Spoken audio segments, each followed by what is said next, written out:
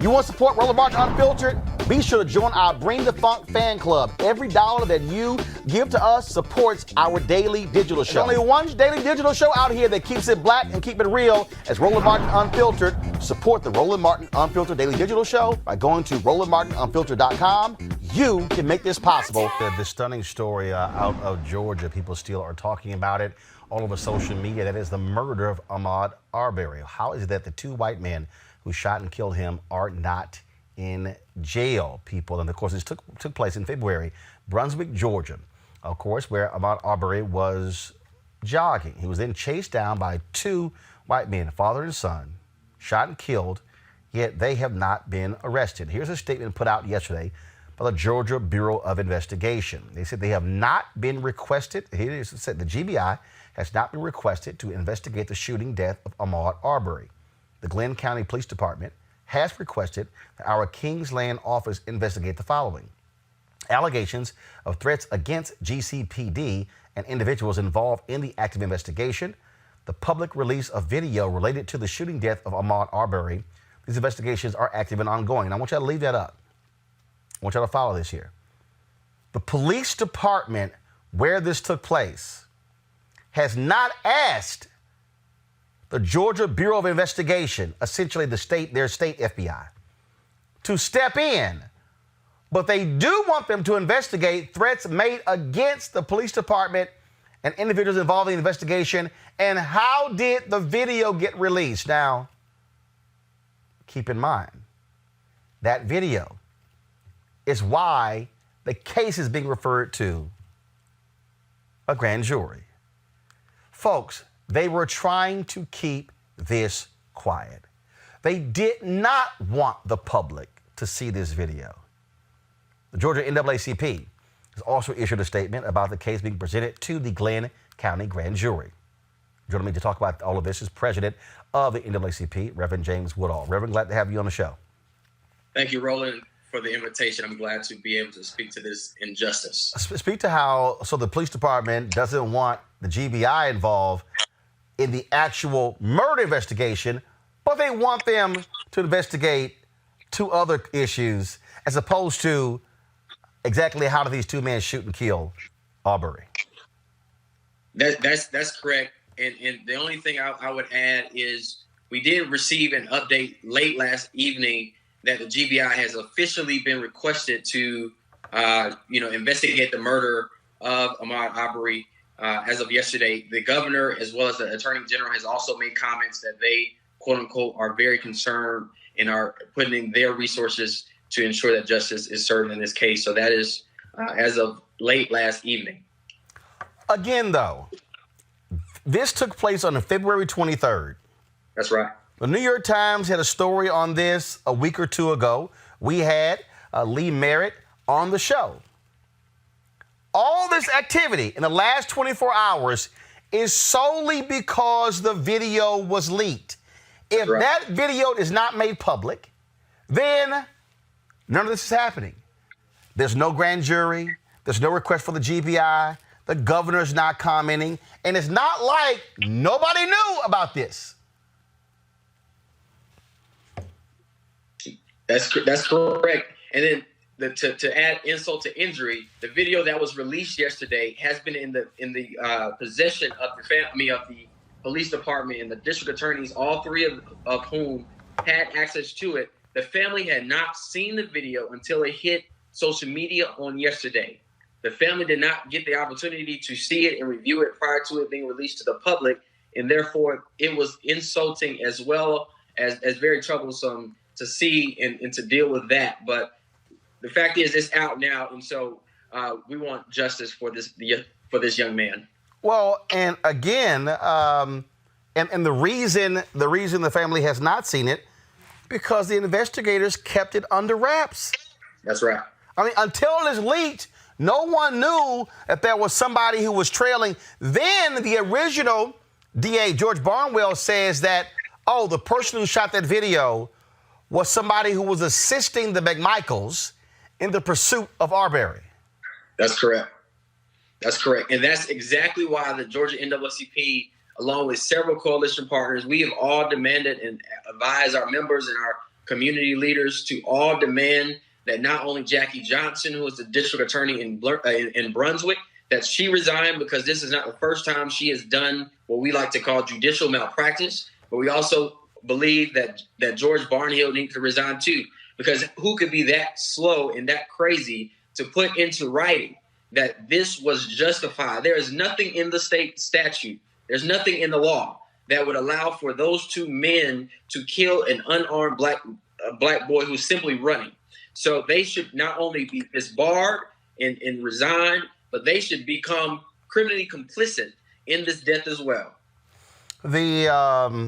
So just to, several things. First and foremost, coming in here, Ben Crump, he represents Arbery's father. Lee Merritt is working. Lee Merritt represents, along with Chris Stewart, Arbery's mother in this particular case. We're trying to get Ben Crump on the phone as well. There is no doubt in my mind, here that what you have is an attempt by the police, an attempt by these DAs to hope this story was going to go away.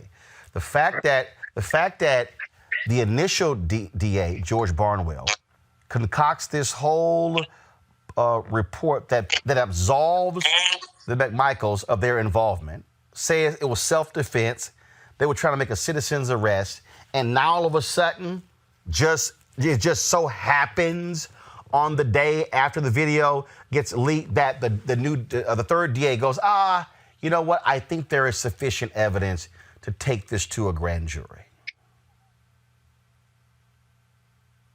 Yeah, it is very traumatic. It's very disappointing, and it's injustice. And we've seen, I mean, you've covered it, time and time again. We've seen it here in Georgia that this continues to happen. 1939, 1839, we've seen these cases, so much of black blood draining our streets. We cannot continue to allow these things to happen. So we need to take up our own community and really just hold the people that need to be held accountable and ensure that justice is served. All right, then. Reverend James Woodall, we surely appreciate it. Thanks a lot. Thank you, sir. Take care. All right, I want to bring in my panel. A. Scott Bolden, former chair, National Bar Association Political Action Committee. Joseph Pignon, Republican strategist and political commentator. Lauren Victoria Burke, NNPA writer. Scott, again, all of a sudden, the DA, I'm going to take this to the grand jury. They have had this video since February 23rd. Yeah, they were going to bury it.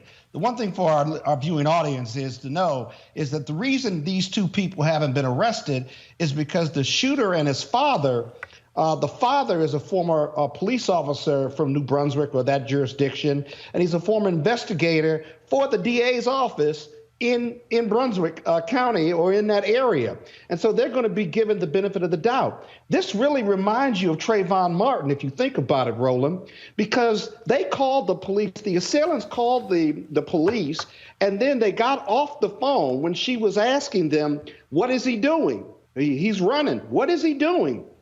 And then they go run in front of him and then confront him with a shotgun, and then a struggle ensues. There's no gun for him. He's running. He's not like running trying to get away. He's jogging. He's a former athlete linebacker for a high school football team. Are you kidding me? So he's dead for running while black, and they were going to bury it. And then the video comes out. And now the danger in going to the grand jury is this. Listen up, folks, because that grand jury is going to be from people in that community, and they're going to couch it like it was a struggle for the gun, and therefore it was justifiable manslaughter or homicide. But you got to look at what happened before. But for them getting their shotguns and doing vigilante justice, this young kid would still be alive. It's just unbelievable. But that grand jury is gonna get manipulated because they'll indict whatever the prosecutor wants them to indict, and that's simply not going to be fair. That's why the FBI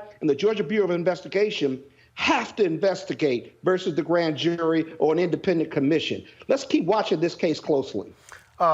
Joseph, what's interesting here to Scott's point, not only as you begin to break down what they did here, the fact that this is on the third prosecutor. Yet the first prosecutor said our relationship recused himself. Second one did.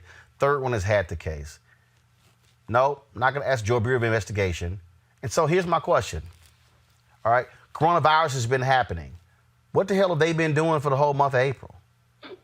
What the hell were they doing in March? I'm just trying to understand how heavy was their load that it took a video being leaked for them to all of a sudden say, yeah, we're going to take this to the grand jury. I'm not buying. That's why I tweeted, this prosecutor is no hero. Mm-hmm. No, I mean, look, this is not about load maintenance when it comes to cases. This is about the systemic devaluation of black bodies. Started with talking about people being 3/5 of a human being, and it continues to this day. And so to me, I mean, I actually was struck. I remember, you know, our dear brother Timothy and Melissa in Cleveland back in what was it, 2012, got shot 137 times by law enforcement, unarmed. In a car. You know, I think I spoke to you at the time. I think I remarked that, you know, if you had shot at a wildebeest that many times, you'd probably end up in prison. And yet again, you know, those individuals not only did not go to prison, it took them 6 years to lose their jobs. So I think, again, you see time and time again that the people find ways of showing you just how little they think of us. And I think it's incumbent of us to start thinking of new solutions into how do we approach these things, right? You mentioned that we were on the third prosecutor right now. I mean, again, in all of this time, this video has been here. We know they've had access to the video. The family never saw it. At some point, we have to stop talking about, you know, the outcomes and start talking about how do we actually put teeth in legislation that actually prevents the cover-up in the first place, because that is where the true kind of most pernicious thing happens, where they start couching things, as our brother said, whether it was a struggle, whether they start trying to, you know, throw dirt on the deceased. With Brother Martin down in Florida, and his mother and his father is still trying to work to clear his name to this day. So these are the things I think we have to talk about. But again, just another tragedy that is unfortunately too predictable when it comes to black people living in America. Lauren, this was a tweet sent out last night by Georgia Governor Brian Kemp. GBI Director Reynolds has offered resources and manpower to DA Durden to ensure a thorough, independent investigation into the death of Ahmaud Arbery. Georgians deserve answers. State law enforcement stands ready to ensure justice is served. Now, again, what you had here was you had the prosecutors there saying, nah, it's all good. We're good. Obviously, the pressure continued on them. So this is now the front page. We'll pull up in the second front page of the Atlanta Journal-Constitution. Calls for federal investigation into Brunswick shooting grow as GBI opens state probe. And so, again, all of this action is only because of the video. Vice President Joe Biden sent a tweet out saying it is time for a swift, full, and transparent investigation into his murder, and saying he was killed in cold blood. I mean, this is the sort of the nonsense. I'm going to go ahead and play this video because this was the video that was released today by the state director. Take a moment today and discuss our agency's involvement in the Ahmaud Arbery shooting in Glynn County, which occurred in February of this year. As you're probably aware, late yesterday evening, Governor Kemp issued a statement indicating that the GBI was willing to make all of our resources available to assist the local authorities in this investigation. I then reached out to District Attorney Tom Durden, who is the special prosecutor assigned to this case by the Attorney General's office.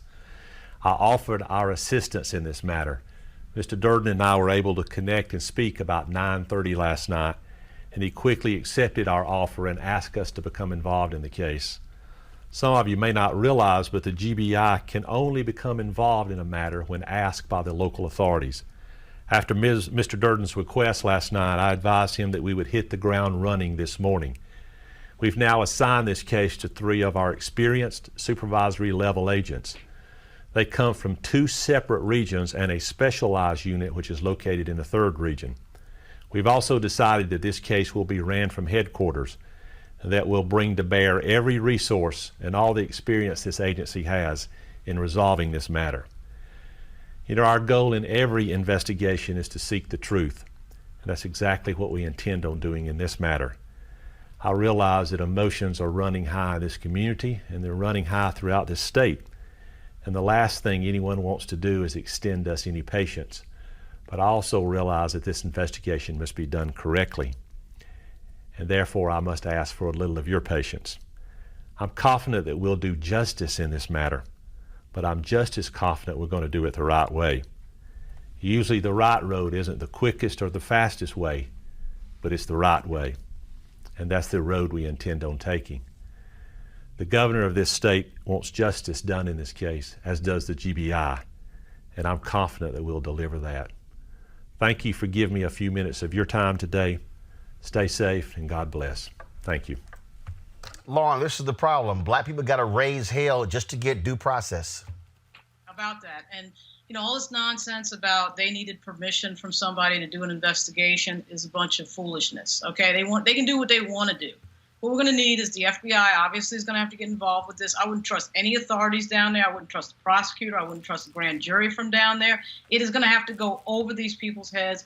This case is probably going to be on the level of a Michael Brown, Walter Scott level thing that we always remember and turn to. And it's another example of how the advent of video and the technology in the world that we live in has allowed us to know about these things that we've always known were going on in Black communities. But the fact of the matter is, without the video, as you've said many times, Roland, we would not be sitting here talking about this. They would have buried, they would have let it go away. And all the pressure that we're seeing right now is happening because of the video.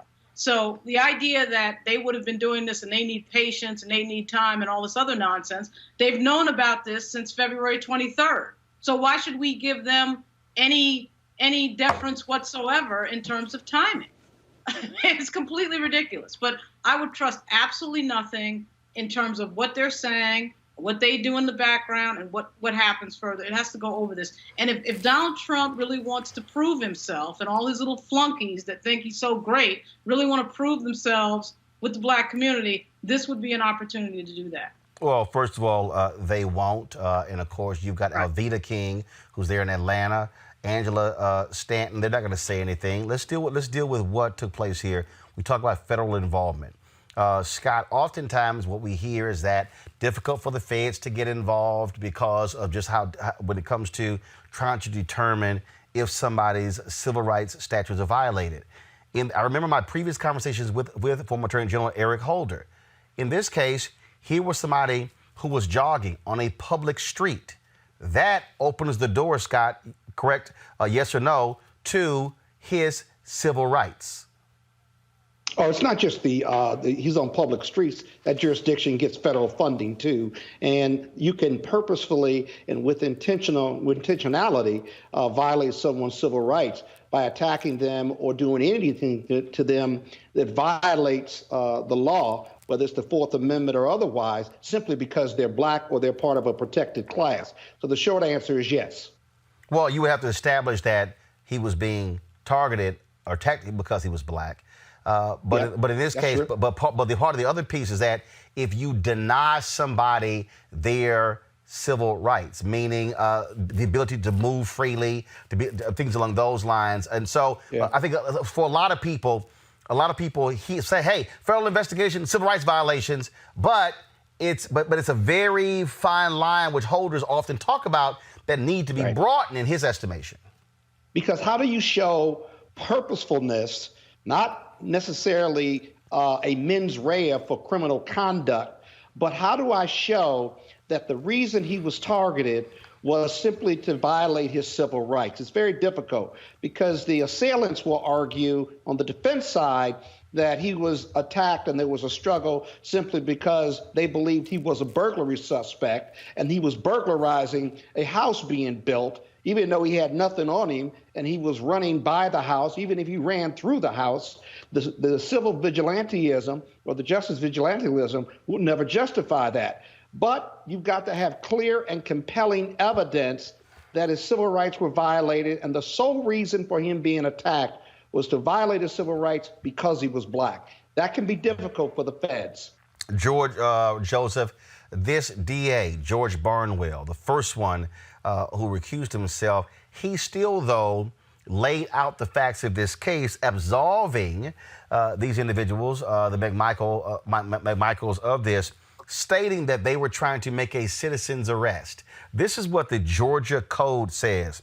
Title 17, Criminal Procedure, Chapter 4, Arrest of Persons. Article 4, Arrest by Private Persons.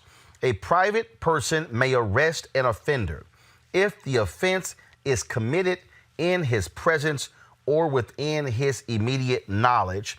If the offense is a felony and the offender is escaping or attempting to escape, a person may arrest him upon reasonable and probable grounds of suspension.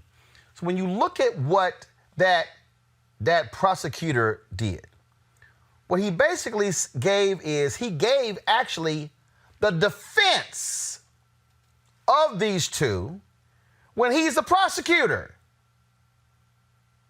I mean, look, I mean, it's very clear to anybody with common sense. I mean, we talk about the law. What is the reasonable person threshold? The reasonable person can deduce that the only reason our dear brother is deceased now is because he was a member of a suspect class called jogging while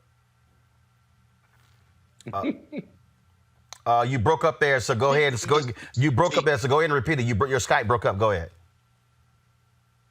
No, I'm just saying, I mean, really, I mean, the only thing that made this brother a member of a quote-unquote suspect class was the color of his skin. And so I think that we just have to really dispense with the foolishness, this foolish notion that there was any other reason that he was being stopped, that he was being profiled, other than he was a black person who was jogging amongst anxious people who were pale-faced. That's just the hard truth.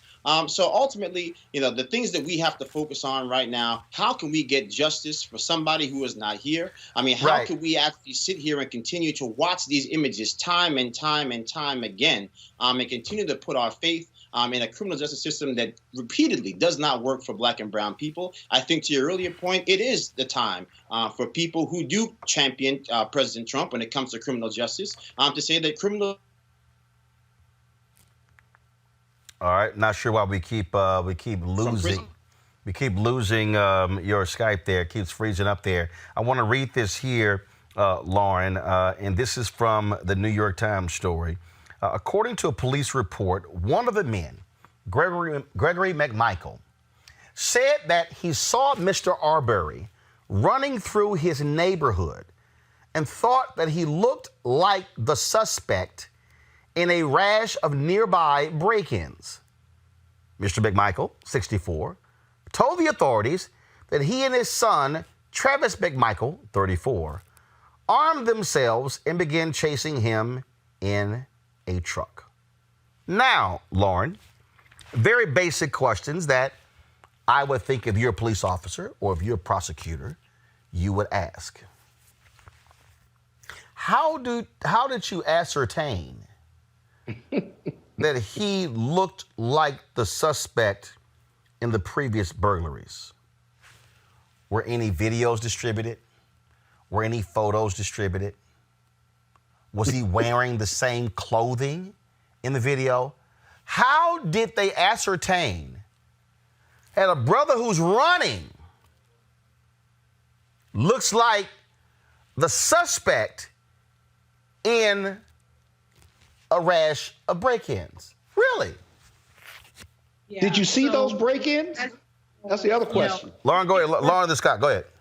We're about to hear the Trayvon Martin playbook, right? Exactly. That it was somehow Trayvon Martin's fault that some idiot followed him on a rainy night at night when he's minding his own business, but somehow he is the aggressor and he is responsible for his own death. We're going to hear all of that run of show.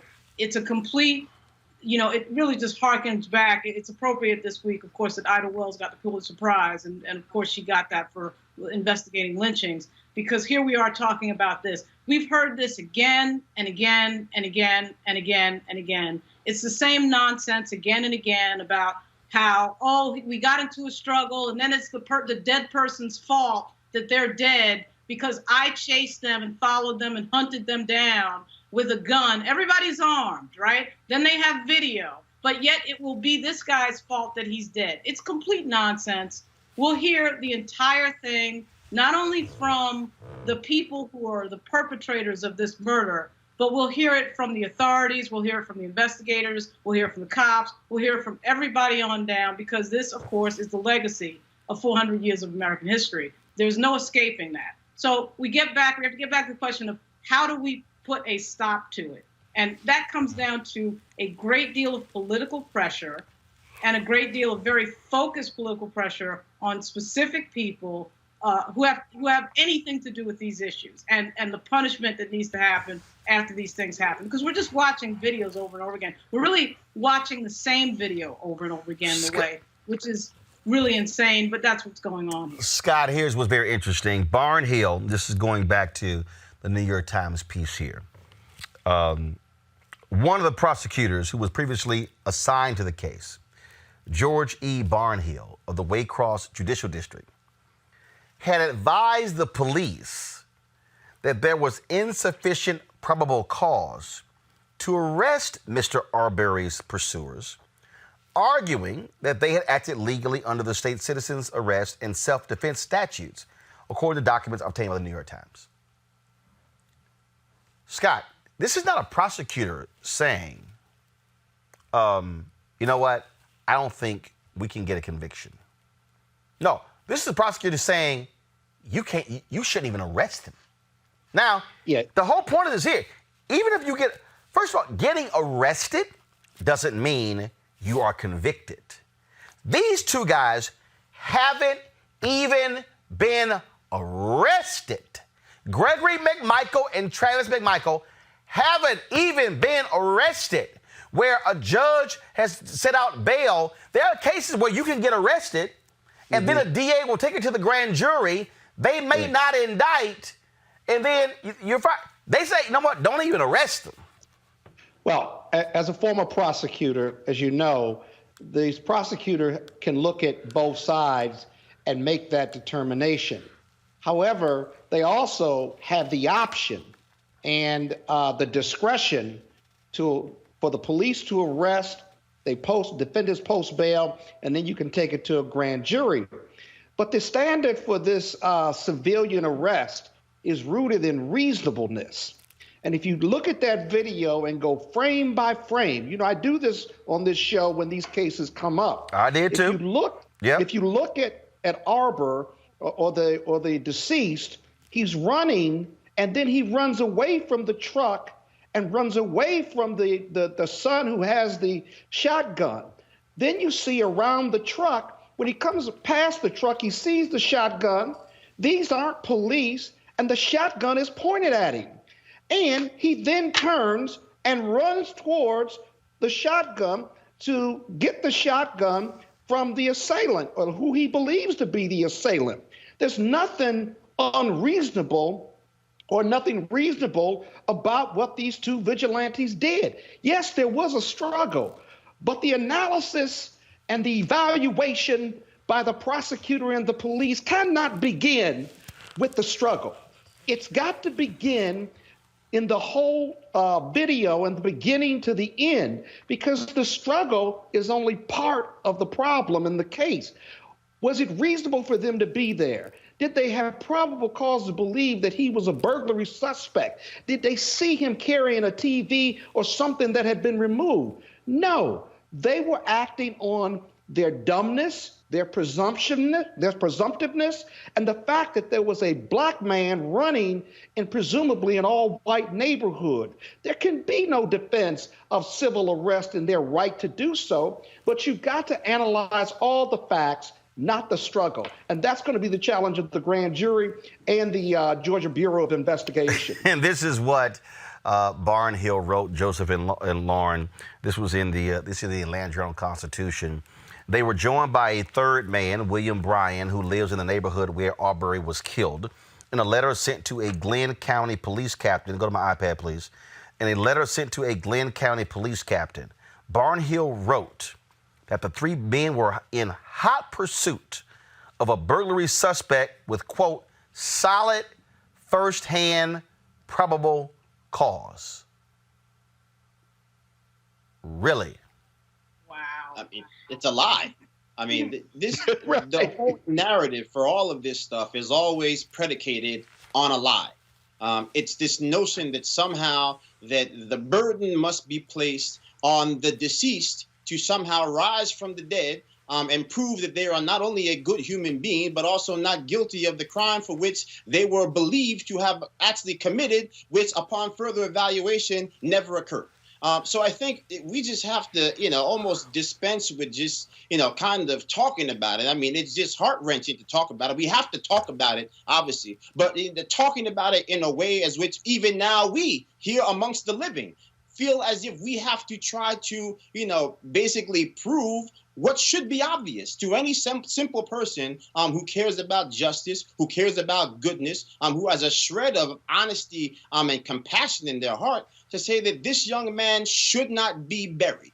That he should be here in the midst of this corona crisis to comfort his family, to be with his loved ones, and he's not. And it's solely because of the color of his skin. And until we can say that frankly and begin to organize, not in random marches, not in Twitter hashtags, but to really organize and leverage power in a meaningful way, we are going to keep having the same conversation over and over and over and over again until our eyes fall out, as Lauren alluded to earlier. Lauren, last quote here from Barnhill. He wrote, "It appears," iPad please, "it appears their intent was to stop and hold this criminal suspect until law enforcement arrived.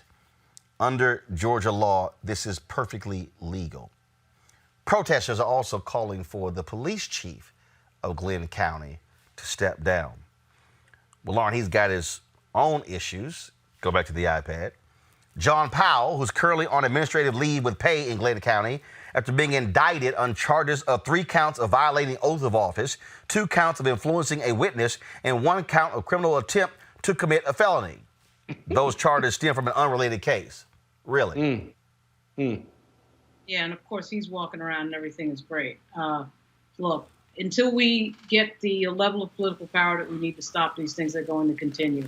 It is built into American history. It is not new. It requires some real political power, and really, I hate to go back to what Sean Puffy Combs said last week, because I didn't particularly agree with it for all the reasons that you had outlined, Roland, but it does at some point become a quid pro quo question, right? We need to stop these things from happening, or you don't get this thing, And until we get to that point in our politics where we're doing that, where we're actually withholding some of our political power until we see something that stops happening, I don't understand how, I don't get how we stop this. This is the exact same conversation we had around Trayvon Martin. The big banana in everybody's tailpipe at that point was the stand your ground law. And of course, what we find is that only black people end up dead. And they always are the ones that somehow can never be standing your ground when something like this happens. So I'm not a big believer in getting into the finer details of this nonsense, because it really is the same thing over and over again with the same dead people, with the same skin color, with the same perpetrators. So we're going to have to go big picture and really look at what really stops these things from happening. I can name a few things, but unfortunately they're all extrajudicial. So within the law. So it's kind of, we're not dealing as African Americans in a system that's fair to us. We've got to start with that notion and stop thinking that somehow that's going to just change automatically. And of course, we've heard nothing from the current occupant of the White House. Like I said, Vice President Joe Biden has weighed in. And so we'll continue to follow this story, folks, to its conclusion. Every single night, we've got some of the top black experts. You're not going to see them on cable news or broadcast news because you swear black people aren't experts when it comes to this health crisis. That's why we have this show and why we do what we do every day on Roland Martin Unfiltered. Joining us right now is retired General Russell Honoré, the nation's first black Surgeon General, Dr. Joycelyn Elders. John Hope Bryant, he is the founder of Operation Hope. Senator Kamala Harris of California, Dr. Cedrina Calder, retired General Lloyd Austin, Congresswoman Karen Bass, Commissioner Omari Hardick, Bureau President in Brooklyn, Eric Adams, Dr. Joseph Graves, America's Wealth Coach, Deborah Owens, Dr. Corey Hebert, Patal Saul. Howard University student. Pastor Jamal Bryant, Dr. Christy McDowell, Benja Ajilore, senior economist at the Center for American Progress. Gilda Daniels, again, author of the book, The Crisis of Voter Suppression in America. 4 stars, General Kip Ward. Dr. Oliver Brooks is president of the National Medical Association, president of the American Medical Association. Dr. Patrice Harris. Joby Benjamin, Dr. Alexia Gaffney, infectious disease specialist. Dr. Georges Benjamin, executive director of the American Public Health Association. Malcolm Nance, family medicine physician. Dr. Jen Caudle. Dr. Tashaka Cunningham, a molecular biologist. Kat Stafford, she's a national race and ethnicity reporter for the Associated Press. Dr. Wayne A.I. Frederick, who is the president of Howard University. Congresswoman Yvette Clarke from the state of New York. William Spriggs, AFL-CIO economist. Andrea James, executive director of the National Council for Incarcerated and Formerly Incarcerated Women and Girls. All right, let's go to Capitol Hill. Congressman Gregory Meeks, Congresswoman Eddie Johnson of Texas, Congresswoman Barbara Lee, Minnesota Senator Amy Klobuchar, mental health clinician Jamie Singletary, Prince George's County State's Attorney Aisha Brayboy, as well as Dylan Hayrie, ACLU Justice Division strategist. Dr. Cindy Duke, she's a virologist. Principal Steve Perry of Capitol Prep. Health and wellness specialist Dr. Yolandra Hancock. Desmond Meade, president of the Florida Rights Restoration Coalition. Cliff Albright, who is the co-founder of Black Voters Matter. Michael Harriet with the Root. Mina McWhorter, founder of Love by the Hand.